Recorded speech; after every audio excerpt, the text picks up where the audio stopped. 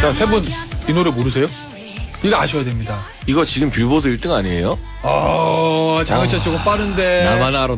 네? 이거 알아야 됩니다 지금. 네, 우리 지난주까지는 저 뉴진스의 저 노래 저 BGM을 틀었는데 오늘 지민이잖아요. 지민. 그렇지. 네.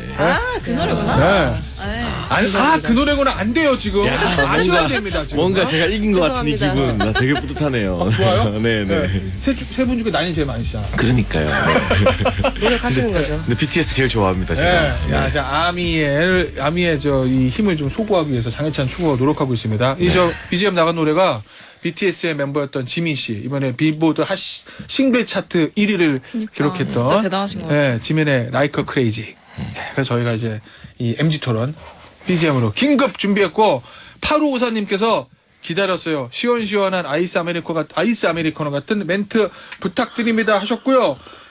김태현 정치쇼 오늘이 수요일이구나. 수요일 2부 맑은 눈의 광인이 아니라 맑은 눈으로 세상을 보는 MG 토론 세 분 모셨습니다.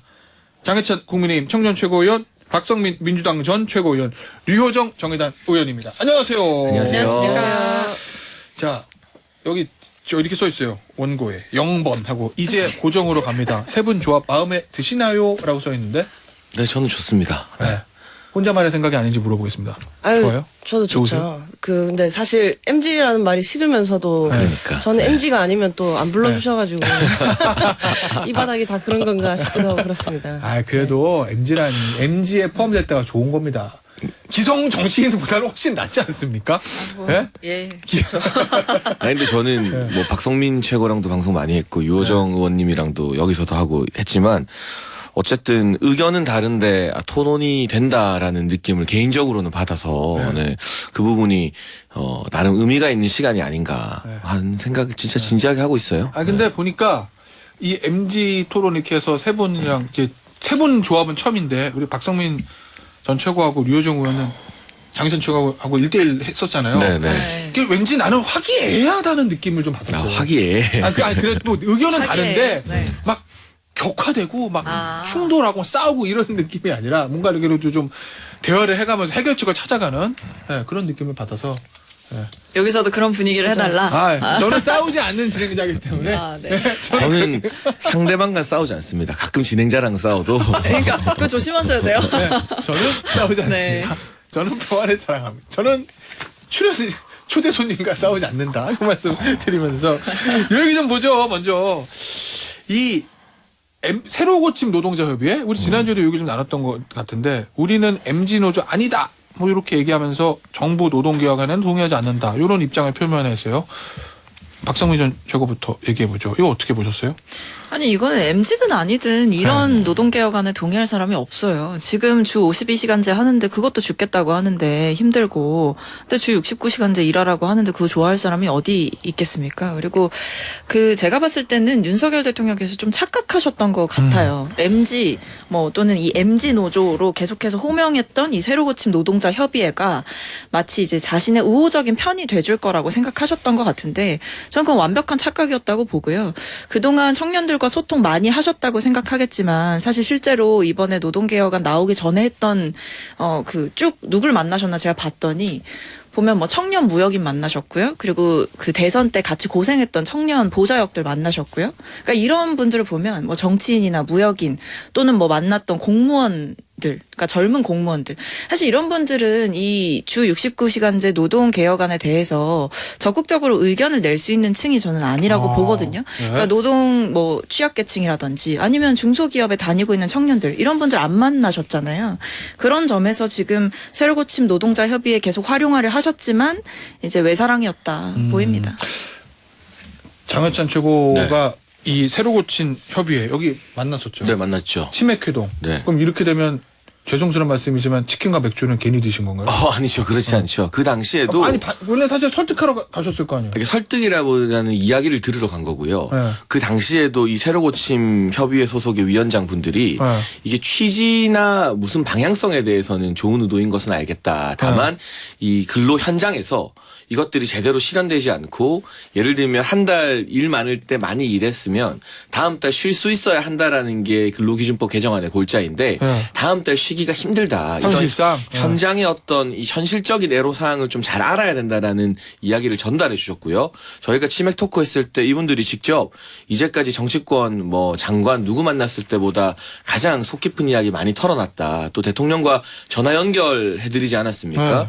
그 부분에 대해서도 굉장히 놀라워하시고 또 고맙다라는 이야기도 많이 전달하셨어요. 그래서 지속적으로 이런 현장의 목소리를 반영해서 지금 고시 기간 동안 정부가 법안을 좀 다듬어갈 필요가 있다는 생각이 들고 그때도 이분들이 우리는 MZ세대 아닌 분도 많이 가입하고 있다라면서 특정 세대 지향적인 노조는 아니다라고 강조를 하셨는데 언론에서 아무래도 표기하기 쉽게 자꾸 MZ MZ라고 노조라고 표현하죠. 네, 네. 표현하는 것에 대해서는 조금의 불만이 있으신 것 같고 그러면 정부 노동 개혁안에 대해서 저 반대하는 건 아니다. 아니요 반대라기보다는 네, 네. 이 여러 가지 현실적인 부작용에 대해서 보완해야 된다라는 우려의 목소리를 전달해 주셨고 네. 그래서 제가 뭐 고용부나 대통령실이나 우리 당 지도부에 어떤 이야기를 드렸냐면 지금 연가 촉진제 부작용으로 연차를 못 쓰면 오히려 돈을 못 받는 부작용들 그리고 포괄임금제 때문에 어떤 날은 바쁘지 않은데도 무조건 한 달에 야근 이만큼을 해야 되고 또 어떤 달은 바빠서 야근을 더 했는데도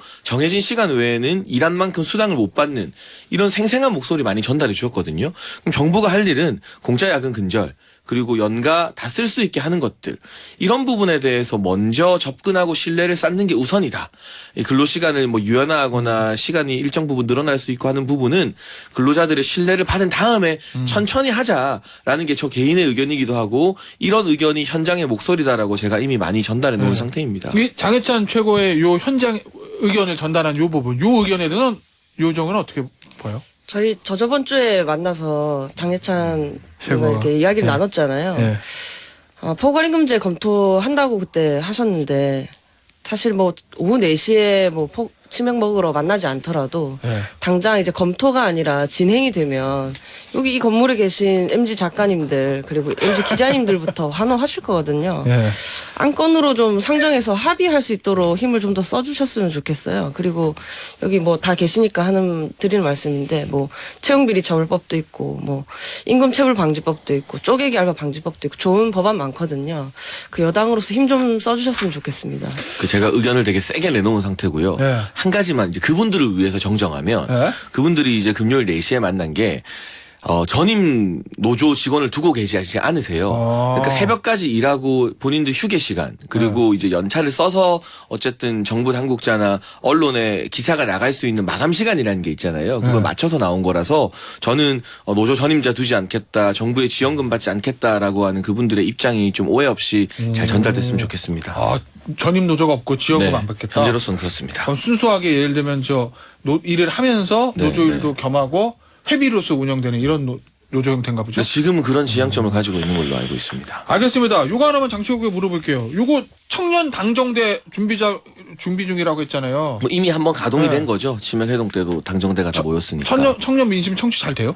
일단은 다음 주에는 저희가 중소기업 근로자들을 만나기로 했고요. 네. 그러니까 대기업이나 공기업 위주가 아니라 중요한 건 이런 당정대 청년들이 모여서 눈높이 맞춰서 소통하는 데 의의가 있고 다만 우리 류호정 의원님 말씀하신 것처럼 듣고 의견 내고 끝나는 게 아니라 이게 정책으로 관철되도록 제가 안에서 때를 계속 많이 써야죠. 알겠습니다. 들어 누우십시오.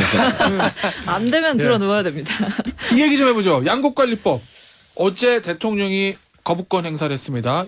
뭐 예상이 됐던 건데 박성민 전 최고부터 좀 의견 좀 주세요. 대통령이 어제 거부권 행사는 어떻게 평가하세요? 전 민생 법안에 대해서 정치적인 논리를 들이대셨다라는 인상을 지울 수가 없고요. 예. 정치적 잣대로 판단할 법안이 아니었다고 생각합니다. 실제로 양곡관리법 같은 경우에는 핵심 내용이 이제 두 가지인데 쌀 생산 조정제 법제화하는 게 있고 이제 쌀이 초과 과잉 생산되었을 때 그것을 이제 시장으로부터 격리한다고 하는데 이게 의무 매입을 하는 거거든요. 정부가 예산을 써서. 네. 그러니까 그런 부분들을 의무화하겠다라는 게 골자인데 그게 지금 국민의힘에서 폄훼하는 것은 이제 과잉 예산이 들어갈 것이고 뭐 농민들이 오히려 그 법안을 좀 악용해서 소위 말해서 이제 정부의 예산만 들어가고 세금만 계속 쓰게 되는 일이 발생할 거다라고 하시지만 일단 이 의무 매입 자체에는 조건이 붙어요. 그러니까 뭐 퍼센테이지가 붙어서 정확한 수치로 조건이 붙습니다. 생산량이 얼마 초과됐을 때 또는 얼마 밑으로 내려갔을 때 이런 식으로 쌀값 안정화에 기여하는 법안임에도 불구하고 이걸 마치 무슨 포퓰리즘처럼 호도하시는 게 이해가 되지 않고요. 그렇게 할 거라면 이명박 정부 때도 쌀 생산 조정제를 시행해서 효과가 있었던 적이 있었고 문재인 정부 때도 그 사전 조정제를 통해서 효과를 봤습니다. 그리고 쌀을 그 사전에 조정하지 않았던 박근혜 정부 때는 쌀값이 이제 문제가 생기는 일이 발생을 했었고요. 그러니까 이런 과거의 데이터들을 본다면 이 양국관리법이 결코 그렇게 부작용이 큰 법안이 아니고 오히려 과거 정부 때 시행했던 정책들을 바탕으로 정책의 효과가 이미 증명된 부분이 있기 때문에 여기에 대해서 왜 그렇게 정치적인 구호를 붙여가면서 국민의힘에서 폄훼를 하는지 이해할 수가 없고 윤석열 대통령께서도 민생 법안인 만큼 좀 더 신경 써서 이 부분에 대해서 거부권은 행사하지 마셨어야 된다 생각합니다. 자, 장혁찬 최고가 반박을 할 것 같아요. 얘기 듣고 유호정 의원 얘기 듣겠습니다. 네, 이건 양곡관리법이 아니라 농업파탄법입니다. 그리고 저는 우리가 특히 이제 젊은 세대들이 거부권을 행사하느냐 마느냐가 아니라 사안 하나 놓고 따로따로 봤으면 좋겠어요. 네. 그 양곡관리법이 과연 농민들의 농업에 도움이 되느냐 안 되느냐만 가지고 정치적인 거 다 빼고요. 그러니까 일단 우리나라에서 자급이 부족한 건 밀과 콩이죠. 그리고 쌀 같은 경우는 지속적으로 수요가 감소하고 있기 때문에 이 남는 쌀은 해가 갈수록 더 늘어날 수밖에 없어요. 인구 감소 영향도 있고. 그러면 농민들이 밀이나 콩 또는 또 다른 고부가가치 작물로 이 전환할 수 있도록 정부가 계속 촉진을 하고 도와줘야 되는데 양곡관리법이 통과되면 농민들이 쌀 농사에서 다른 농사로 전환할 필요가 없어지고 대농들이 생산을 많이 하면 많이 할수록 이득이 남게 되는 구조입니다. 이게 해외 사례에서도 태국이나 EU에서 비슷한 제도 실시했다가 실패를 세게 했던 이 선례가 있는 제도인 것이고요. 그리고 또 한 가지 이제 쌀 같은 경우도 다 같은 쌀이 아니라 지역별 특산품으로 이걸 개량시켜서 고부가가치 산업으로 만들어야 되거든요. 일본 같은 경우는 뭐 야마다 니시키다, 하쿠쭈루 니시키다 매년 개량된 쌀 품종이 나와서 이게 엄청난 고가에 팔리기도 해요. 네. 근데 국내에도 해남이나 강화도 인근에서 고품종 쌀을 개량하시는 분들이 있는데 그렇게 노력하시는 분들이 이제 바보가 되는 거예요. 그냥 양을 많이 지어내게 되면 그만큼 돈을 벌게 되는 구조를 법이 보장해 주는 것이기 때문에 필요에 따라서 정부가 쌀값 안정화를 위해서 지금도 매입을 합니다. 근데 다만 이걸 입법으로 그냥 고정시켰을 때 부작용을 제가 말씀드리는 것이고 지금도 나름의 어떤 이 연구나 노력을 통해서 품종 개량화 등에 막 매진하는 분들은 이거 옳은 방향 아니다라고 말씀도 많이 하시거든요. 그러니까 이거를 여야의 기싸움으로 볼 게 아니라 사안별로 이게 정말 도움이 되는지 옳은지를 가지고 좀 민주당 안에서도 다른 목소리들이 나왔으면 하는 바람이 있습니다. 유호정 의원께 이거 여쭤볼게요. 지금 뭐 민주당하고 국민의힘 입장을 들으셨는데 양곡관리법이 맞다, 그러다 뭐 요거는 논리 각자의 주장과 논리가 있을 수 있을 것 같습니다. 이건 어떨까요? 오늘 아침 조간신문 사설 들어서 많이 지적하고 있는 정치 실종의 문제.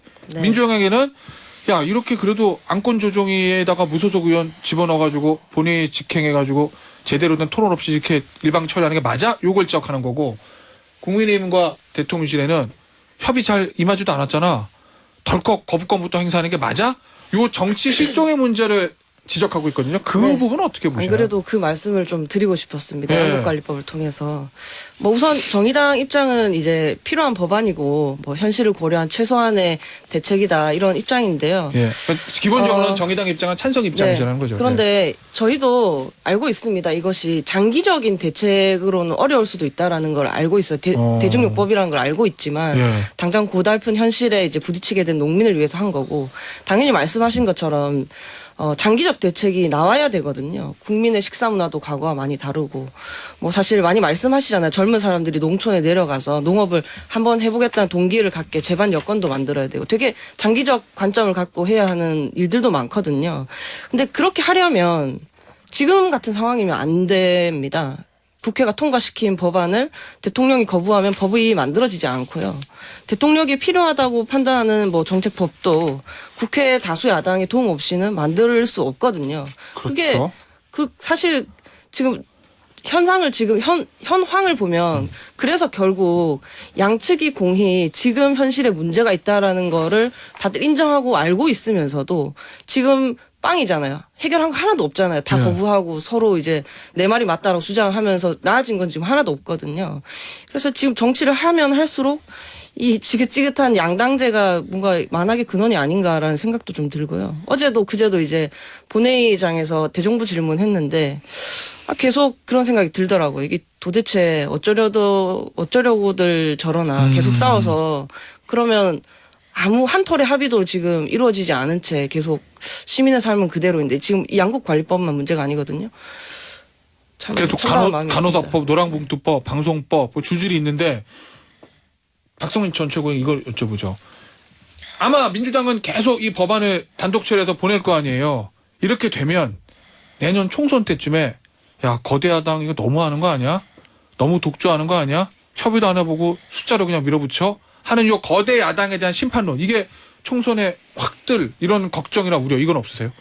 저는 근데 지금 말씀해주신 법안들이 물론 논쟁의 여지나 뭐 갈등의 씨앗은 분명히 있겠습니다만 뭐 법안이라는 게 사실은 이해관계가 상충돼 있기 때문에 다 그렇죠. 그렇죠. 뭐 논의 없는 법안이 어디 있겠습니까? 100% 다 찬성하는 법안은 그렇죠. 어디 있겠어요? 그런 게 어디 있어요. 독재국가도 아니고. 근데 저는 어쨌든 지금 거대 야당의 폭거 아니냐 이렇게 말씀하셨지만 저는 일을 하고 욕먹는 거는 괜찮다고 생각합니다. 차라리 저쪽 국민의힘에서 협의도 안 해주고 대화도 안 해줘 대통령이 만나주지도 않아라고 징징대면서 그냥 가만히 있을 바에는 할 수 있는 일 저희한테 부여해 주신 권한 가지고 일하고 결과로 평가받는 것이 맞다 생각합니다. 물론 그 과정에서 뭐 무조건 우리가 옳다 이런 자세는 좀 지양해야겠지만 그래도 말씀해 주신 법안 뭐 노란봉투법부터 시작해서 양국관리법도 뭐 농민 파타법이라고 하셨지만 저는 농민 살리는 법안이라고 생각하거든요. 그러니까 이런 점에서 저희가 좀 위험을 감수하고라도 해야 할 일은 해야 되지 않나 싶어요. 그 장해찬 최고에게도 비슷한 질문. 네. 계속 민주당이 법안을 올려요. 그럼 아마도 대통령은 계속 거부권 행사할 것처럼 좀 예상은 됩니다. 국민의힘에서 나오는 얘기도 그렇고. 그러면 내년 총선 때 야 대통령 너무하는 거 아니야? 그래도 국회 입법권을 존중해야지. 몇 개월 동안 이게 거부권이 몇 개야? 라고 해서 정권 심판론이 총선 때 확 떠서 좀 불리해질 걱정 이거는 혹시 안 하시나요? 근데 저는 이 민주당의 어떤 입법 독주 그로 인한 대통령의 제2요청권 행사 거부권 행사가 결코 여당의 수세적인 이슈가 아니라 여당이 소수 의석을 가지고 야당에게 공세를 취할 수 있는 좋은 기회라고 생각을 합니다. 양곡관리법 뭐 이 이슈가 불거지고 제2요청을 하게 되니까 이 제도나 이 법안의 문제점 해외 사례 가지고 토론이 막 일어나잖아요. 남아있는 민주당이 이제 밀어붙이는 법안도 마찬가지인데 대통령의 대법원장 임명권을 박탈하는 여러 가지 대통령 인사권을 제한하는 법안부터 방송법, 노란봉투법 등등 이런 것이 올라올 때 단순히 우리가 방어적으로 거부하고 마는 게 아니라 잘됐다. 이참에 한번 토론해보자. 민주당이 대체 어떤 법안을 문재인 정부 때는 통과시키지 않았던 걸 야당 됐다고 막 밀어붙이는지 100분 토론도 하고 정치쇼에서도 토론하고 하는 대국민 설득의 장으로 삼는다면 국민들에게 이거 민주당 진짜 해도 너무하네라는 인식을 심어줄 수 있다고 보거든요. 그런 차원에서 국민의힘의 의원들 또는 대통령실과 정부 여당의 책임자들이 이 수세로 취할 것이 아니라 아주 공세적인 자세로 토론회장에 적극적으로 뛰어들어서 대국민 여론전에 앞장서야 된다고 생각합니다. 알겠습니다. 요거는 여기서 마무리하고 다음 주제 볼게요. 네. 4.3 얘기해야 되면 제주 4.3 이거부터 좀 여쭤보죠. 세 분이 사실은 경험한 일을 저도 마찬가지지만 이 4.3이라는 걸 저희가 직접 경험한 것은 아니고 글쎄 모르겠습니다. 요즘은 역사 교수 어떻게 될지 모르겠는데 저 학교 다닐 때 국사책에는 이 4.3에 대해서도 크게 다루진 않았거든요. 또 5.18에 대해서는 또 많이들 알려져 있고 드라마, 영화들도 많이 나와 있지만 4.3에 대해서는 너무 좀 오래된 일이라서 그런지 5.18보다 훨씬 오래된 일이니까 그런 것들도 별로는 없어요. 영화나 드라마나 이렇게. 세 분에게 공의 여쭙겠습니다. 나에게 4.3이란 무엇인가? 나는 4.3에 대해서 어떤 생각을 가지고 있는가, 어떻게 알고 있는가, 이거 좀 궁금해서 박성민 전 최고부터 해볼까요? 저는 4.3에 대해서 사실 말씀하신 대로 그렇게 깊게 공부하거나 접할 기회가 많이 없었던 건 사실입니다. 네, 먼저 다른- 5.18에 비해서 네, 그런 다른 건 역사적 사실이에요. 사건에 비해서 그랬는데 저한테 4.3은 여전한 현재인 것 같아요. 그러니까 왜냐하면 이게 단순히 과거의 일이기 때문에 과거에 머무르는 역사 차원이 아니라 요새 보면 여전히 이제 극우적인 발언들 또 선동적인 발언들 사실과는 다른 뭐 왜곡하는 발언들이 계속 나오잖아요. 그러니까 이런 것들을 보면 여전히 유족들은 아픔을 받고 있고 사실은 돌아가신 분들 중에서도 그 수가 어마어마할 뿐만 아니라 그 뒤에 마치 연자제처럼 그 모든 가족들이 고통받고 이런 일이 있었잖아요. 그래서 그런 피해자들의 뭐 명예 회복부터 이 역사 교육이라든지 아니면 우리 사회에서 합의된 이 결론을 계속 그 극우적인 세력들에 맞서서 설득하고 제대로 된 내용을 팩트 체크해줄 필요가 남아 있는 것 같아요. 그래서 아직도 과제가 많이 남아 있는 사건이고 여전한 현재의 아픔이다라고 생각합니다. 우리 유호정 의원님. 뭐 이게 뭐 MG라고 다르게 생각할 게 있을까 싶은데요. 그렇죠. 뭐 이미 국가적으로 진상이 규명됐고 예. 국가 권력이 국민을 학살한 비극적인 사건인 거고요. 저도 2020년에야 처음으로 4.3 공원에 가봤거든요. 예. 그때 이제 사건을 좀 더 상세하게 알게 됐는데 예. 이제 우리는 희생자들의 그 명예 회복과 제주도민의 상처 치유에 집중을 해야 하는 시기죠. 이견이 이제 있으면 안 된다고 생각을 하는데요. 뭐 요즘 그 추념식 그 참여 여부 때문에 좀 말이 많던데 뭐 참석할 수도 있고 정말 뭐 피치 못할 사정이 있으면 안 할 수도 있죠. 근데 지금 대통령과 집권 여당 대표가 모두 참석하지 않았고 그 와중에 이제 야구 개막전에서 시구하는 모습 그 대통령의 모습과 겹쳐서 국민들을 씁쓸하게 했잖아요. 저는 이게 잘못됐다고 생각을 해요. 장희선 최고는 어떤 생각 가지고 계세요? 그러니까 저는 4.3을 포함해서 역사적 아픔이 있는 어떤 사건들을 정쟁의 도구로 이용하면 안 된다라는 인식을 가지고 있는데 네. 뭐 4.3 때 윤석열 대통령이나 김기현 대표의 불참을 이유로 민주당이 비판을 하면 저희는 서해 수호의 날은 그럼 중요하지 않은 것이냐. 네. 왜 문재인 전 대통령은 조화 하나 보내지 않고 이재명 대표 포함한 최고 지도부 한 명도 참석하지 않았느냐라고 또 대치기로 비판을 할 수밖에 없어요. 네. 근데 이런 비판을 주고받는 것들이 과연 역사적 아픔을 치유하는데 도움이 되는 방향의 논쟁이냐? 그렇지 않거든요. 그러니까 과거의 아픔을 우리가 보듬고 미래로 나아가기 위해서는 다소 각자 정당의 눈높이에 맞지 않더라도 이걸 빌미로 막 공격하는 수단으로 삼기보다는 각자가 각자의 방식으로 진정성 있게 추모하는 데 집중하는 게 옳은 방향이다라는 생각을 가지고 있고요. 다만 저도 이번에 4.3에 대해서 많이 공부하고 고민하면서 김대중 전 대통령의 인식이 이 정답이 아닐까 하는 생각을 한번 했습니다. 어떤 인식이요? 4.3에 대해서는 김대중 전 대통령이 시작은 공산주의자들의 폭동으로 시작됐지만 무고한 양민들의 희생이 너무나 컸기 때문에 그 돌아가신 분들에 대한 명예 회복과 위로가 반드시 있어야 한다라고 말씀을 하셨거든요. 네. 근데 우리가 이 무고한 희생에 대해서 가슴 아파하고 또 위로하고 명예 회복하는 것과 동시에 이 시작점이 공산주의자들의 폭동이었다라는 것까지 또 부정하고 그걸 말 못할 필요는 없는 거잖아요. 그러니까 이 두 가지 모두 다 역사적 사실이라서 저는 김대중 전 대통령이 남긴 입장 그대로 정치권 이 4.3을 받아들이고 그 과정에서 무고하게 돌아가신 굉장히 많은 분들에 대해서는 위로하고 죄송해하고 또 명예 회복을 해드리고 하는 것이 맞는 방향이라고 생각합니다. 알겠습니다. 저 광고 듣고 3부에 다시 좀 진행하도록 하죠. 자, 다음 주제를 좀 얘기를 해보죠. 4.3과 관련된 건데 김재원 국민의힘 최고위원 4.3 기념일은 조금 격이 낮은 기념일 내지 추모일이다. 국경일과는 좀 다르다. 법적으로 3.1절 광복절과는 다르다. 그래서 대통령이 무조건 대통령이 참석하지 않은 걸로 공격하는 건 맞지 않다. 요 발언이 그제 아침에 있었습니다. 일단 이 유호정 의원은 이 발언 어떻게 평가하세요? 정말 이분이 말씀하실 때마다 머리가 아픈데요. 아까 서로 그 정쟁의 도구로 삼지 말아야 한다라고 장예찬 최고님께서 이제 말씀을 하셨잖아요. 그게 되려면 자당 내에서부터 쓸데없는 얘기를 하지 말아야 합니다. 이게 무슨 또 급을 따지고 있어요. 그 추념식에 불참했던 것만 가지고 공격하는 건 맞지 않다. 요 정도만 했으면 됐을 것 같은데 이제 사족을 붙인 거죠. 굉장히 부적절하고요. 뭐 공개 활동 잠시 적겠다고 하셨다던데 다행이고요. 좀 쉬시면서 그동안 내가 어떤 말을 뱉었는지 좀 생각을 해보셨으면 좋겠습니다. 박성문 최고는요. 정치인으로서 자질이 없어 보이는데요. 그러니까 이렇게 지금 이렇게 말씀하실 일이 아니죠. 그러니까 격이 낮다. 4.3 기념일은 격이 낮은 기념일 내지 추모일이라고 하셨는데 이게 4.3이라는 게 단순한 뭐 행사나 그냥 단순한 뭐 세레머니가 아니라 이게 역사적인 아픔에 있는 사건이고 여기에 대해서 지금 국민의힘이나 윤석열 대통령께서 정말 진정으로 위로하고 공감하고 있느냐 그 아픔에 대해서 이렇게 질문하고 있는 상황인 거잖아요. 사실은. 예. 그러니까 참석 여부에 대해서 논란이 됐던 거는 이렇게 뭐 대통령 뭐 되기 전에는 그러니까 이런 4.3에 대해서 뭔가 적극적인 의지도 피력하고 했었는데 되니까 바뀐 거냐 이렇게 얘기하는 거 아니겠어요, 사실은. 그러니까 진정성을 묻고 있고 제대로 이 역사적인 사건에 대해서 인지하고 이 아픔을 치유하기 위한 과정에 동참해달라라는 그런 마음에서 이야기를 하는 건데 여기다 대고 지금 대통령을 방어하겠답시고 경 얘기하고 이렇게 하는 거는 진짜 이거야말로 좀 격 떨어지는 발언이죠. 장해찬 최고께는 사실 이 질문하기가 조금 죄송스럽기도 해. 좀 미안하기도 합니다. 왜냐면 아니에요. 같은 최고의 멤버니까요. 예. 이런 질문 받으려고 나오는 거죠. 방송은 뭐. 네. 야 자세가 됐습니다. 예. 이런 거 좋아하시면 안 돼요. 자세가 됐어요. 예.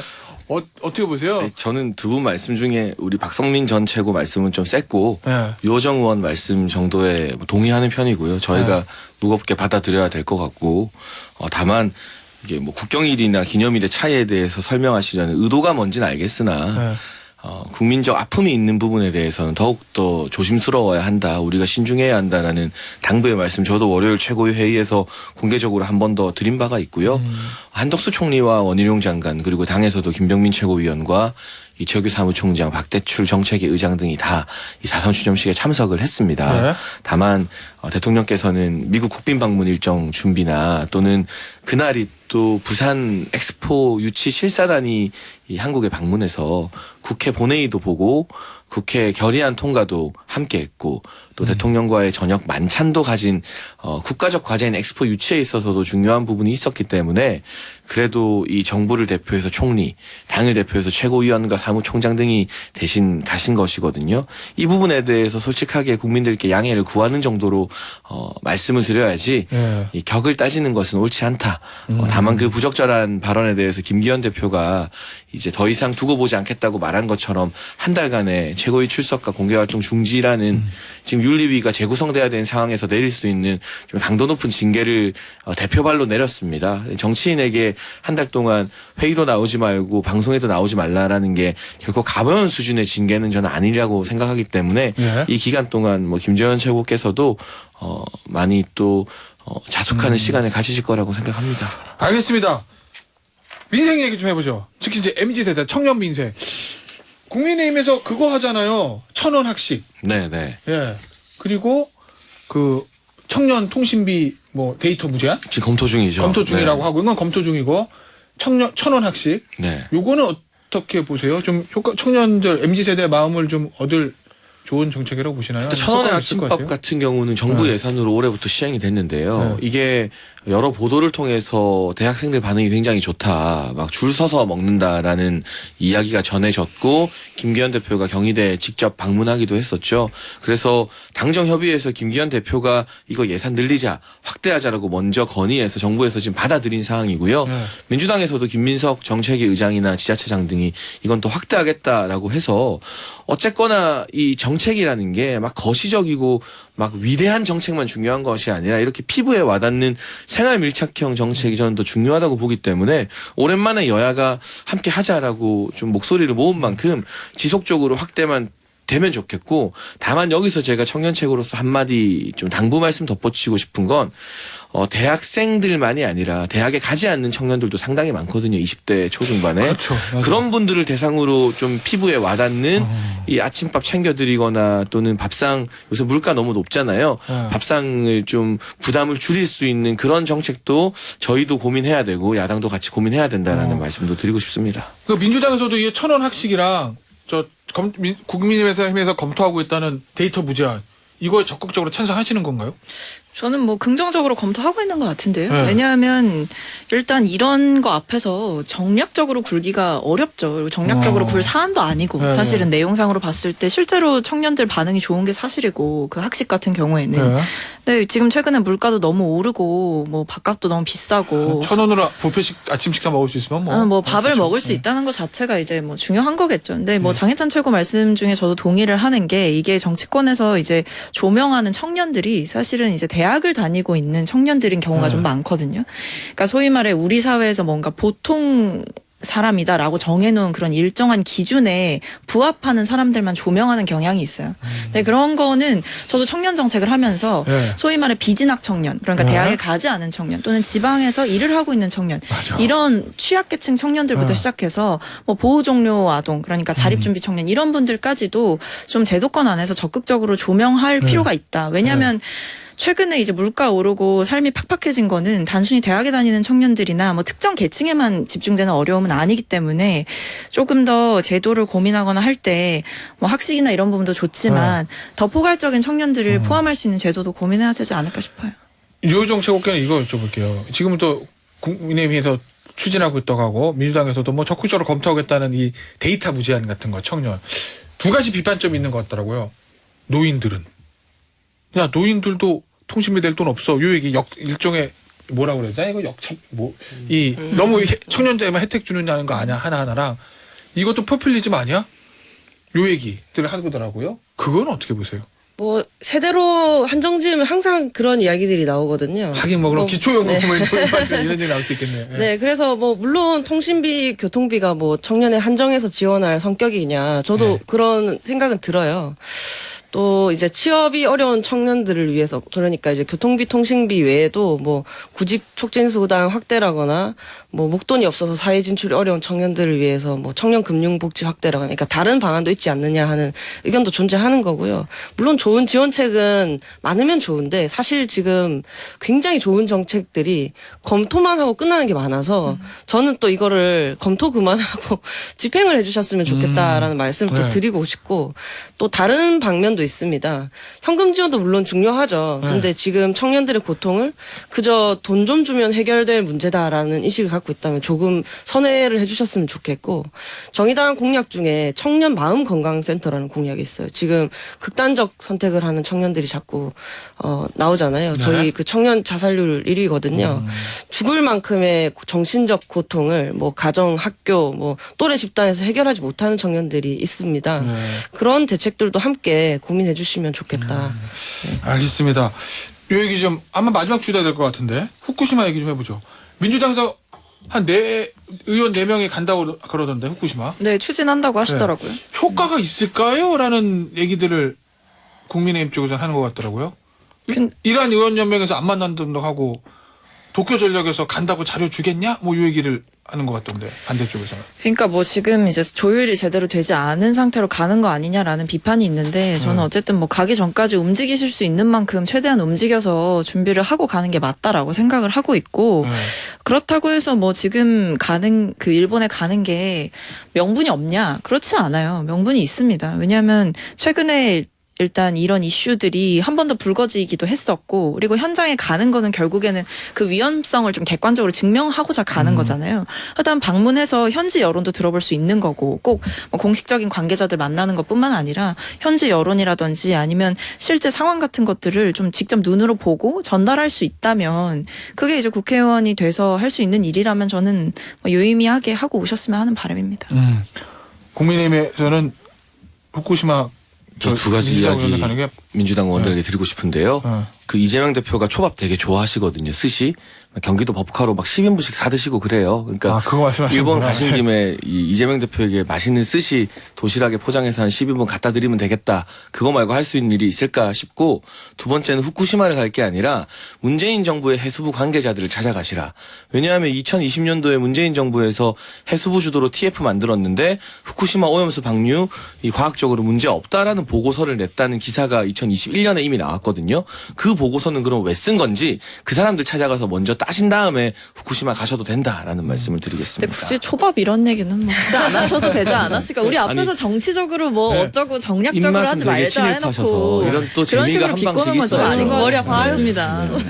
네. 야, 지금 유호정 정의당 의원이 결론에서 아 머리 아파. 저도 말 좀 합시다. 이런 게 하나 제 차례입니다. 있어야죠. 또 제 차례예요. 네. 이 네. 후쿠시마 문제에 대해서는 어떤 입장 가지고 계세요? 정의당은. 네, 우선 머리를 정의당은 네, 머리가 아픈데요. 국민의 안전과 국익을 해야 하는 이 일본의 오염수 방출 절대 용인해서는 안 된다라는 입장이고 브리핑도 그렇게 나갔고요. 네. 사실 제가 한 3년 전쯤에 대사관 항의 방문도 한 적이 있습니다. 근데 지금 같은 경우에 이제 일본 방일 계획 있잖아요. 이거는 정말 의미 없는 쇼로 끝나지 않을까 하는 그 우려도 저는 있습니다. 왜냐하면 우리나라 1번당과 2번당은 이렇게 대체 없이 싸운다라는 거를 저기 바깥에서 일본에 알려주러 가는 게 되지 않을까. 왜냐하면 이럴 때는 여야 모두 대한민국이기 때문에 대한민국의 의원이기 때문에 하나의 목소리로 오염수 방류 반대한다고 선언을 하고 정부가 긴장을 놓지 않도록 분명하게 압박을 하고 그렇게 해야 한다고 생각하거든요. 근데 예. 일본은 자국의 이익을 위해서 잘 그렇게 하는 것 같은데 우리는 왜 그게 안 되는가 하는 생각도 좀 들고 지금 대통령이 이렇게 자국의 호의적인, 그러니까 일본의 호의적인 상황에서 야당 의원들이 가서 이제 반대를 한다고 해서 일본이 과연 달라질까? 괜히 우리를 더 비웃을 수 있게 만들어주는 건 아닐까 하는 좀 개인적인 우려가 있습니다. 알겠습니다. MG토론 재밌는데요. 더 하고 싶은데 세 분 힘들겠지만 더 하고 싶은데 시간 관계에서 여기서 마무리해야 될 것 더 해요? 네. 그럴까요? 네. 코너 하지 말고. 예, 뭐 다음 일정 없습니다. 동공이 흔들리고 계십니다. 네, 제 동공 흔들리는 거 보셨구나. 그런 립 서비스 하지 마세요. 그러니까. 아유. 장해찬 최고 날카로워요. 오늘 여기서 마무리하도록 하죠. 지금까지 장해찬 최고위원, 박성민 전 최고위원, 유호정 의원이었습니다. 감사합니다. 감사합니다. 감사합니다.